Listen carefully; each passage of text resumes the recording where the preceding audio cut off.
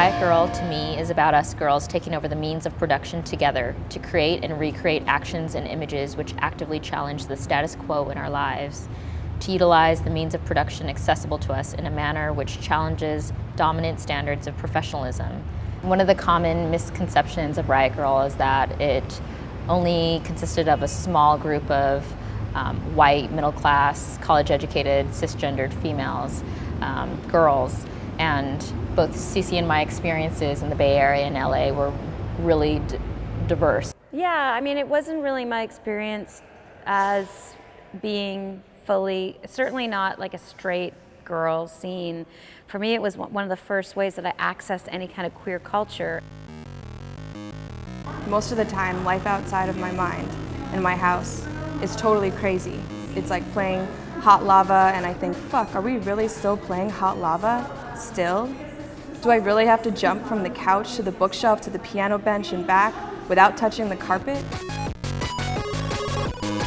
Astria and I try to work together to select scenes that really represent all the different topics that are addressed. For example, we have zines that are written by sex workers talking about sex work. We have fanzines that are talking about being of color in the punk scene. We have fanzines that talk about mental illness, fat activism.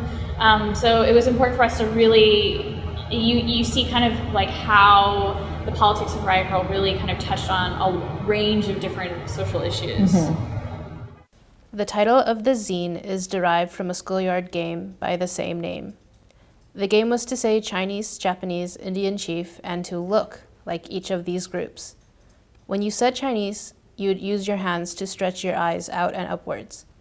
When you said Japanese, you'd stretch your eyes out and downward. And when you said Indian chief, you'd put your hand behind your head and spread out your fingers to resemble a headdress. But the real game was to slowly kill all people of color by fostering white superiority and internalized racism into young children in a playful, acceptable form. This zine is about telling the truth from many different perspectives. Chinese, Japanese, Indian chief. We're not playing that game anymore. Throughout the 90s, I published something called Outpunk, which was a fanzine as well as a record label devoted to LGBT music, queer punk, both here in San Francisco in the United States and abroad. Zines facilitated a type of expression that I didn't know existed anywhere else. Some Riot Grrrl zines that I can remember that really changed things for me. Well, the biggest one for me was I'm So Fucking Beautiful by Nomi Lam, who's actually a San Francisco person.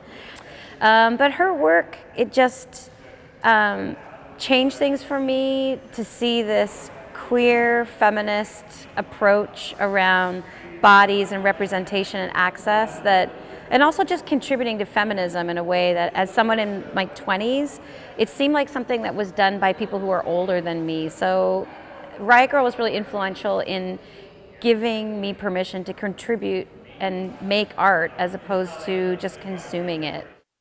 And she wonders if they comprehend the importance of what she is doing. Not just her, but everyone who is out there in some dark corner desperately trying to find their voice, aching to be heard by others. Is anyone out there? Because sometimes it seems that no one's listening. They're nodding their heads and acting like they get it, but nothing changes. It's interesting to think about Riot Grrrl as coming out of, it doesn't come from nowhere, right?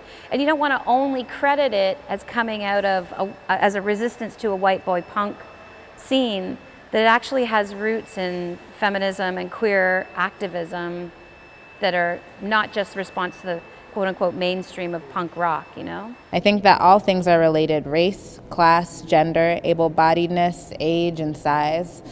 It's important to notice who the worker is behind the apron, just as it is important to notice who the person is behind the color of their skin.